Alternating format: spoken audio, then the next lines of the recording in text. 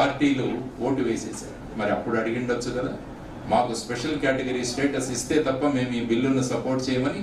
అందువల్ల ఇవన్నీ చూసుకుంటుంటే ఏం తెలుస్తోందంటే ఫైనల్ గా రాష్ట్రం ఎట్టుపోయినా పర్వాలేదు, రాష్ట్రంలో ఉన్న యువతరానికి ఉద్యోగాలు రాకపోయినా పర్వాలేదు, కానీ మేము ఎన్నికల్లో గెలవాలి అంటే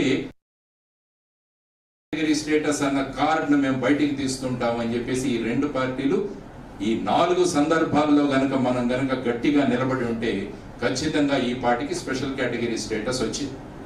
మనమంతా లైఫ్ ఇన్సూరెన్స్ పాలసీస్ తీసుకుంటాం, ఎందుకంటే సపోజ్ నేను ఏదైనా పరిస్థితిలో ప్రాణాలు వదిలేస్తే మా కుటుంబాన్ని ఎల్ఐసి రక్షిస్తుంది అని చెప్పేసి లైఫ్ ఇన్సూరెన్స్ పాలసీ తీసుకుంటాం. మరి రేపు నేను వెళ్ళిపోయిన తర్వాత లైఫ్ ఇన్సూరెన్స్ వాళ్ళు ఏదో కారణం చెప్పి మా కుటుంబానికి లైఫ్ ఇన్సూరెన్స్ పాలసీ కనుక అమౌంట్ ఇవ్వకుంటే నా కుటుంబం ఏమైపోతుంది, రోడ్డు మీద పడుతుంది. ఈ స్పెషల్ కేటగిరీ స్టేటస్ కూడా ఇలాంటిది. మన రాష్ట్రం అనాథ అవ్వడానికి ప్రధానంగా ఈ స్పెషల్ కేటగిరీ స్టేటస్ ఇవ్వకపోవడం వల్ల ఈ రోజు చూడండి 2 ప్రభుత్వాలు ఎన్ని అప్పులు చేసేసాయో.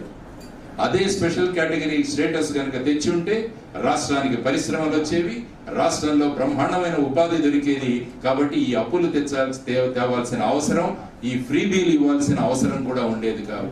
కాబట్టి ప్రజలందరికీ ఈ రోజు ఈ సమావేశంలో నేను మీ ద్వారా తెలియజేస్తున్నది ఏంటంటే ఈ ప్రత్యేక హోదాని వదిలేయద్దు.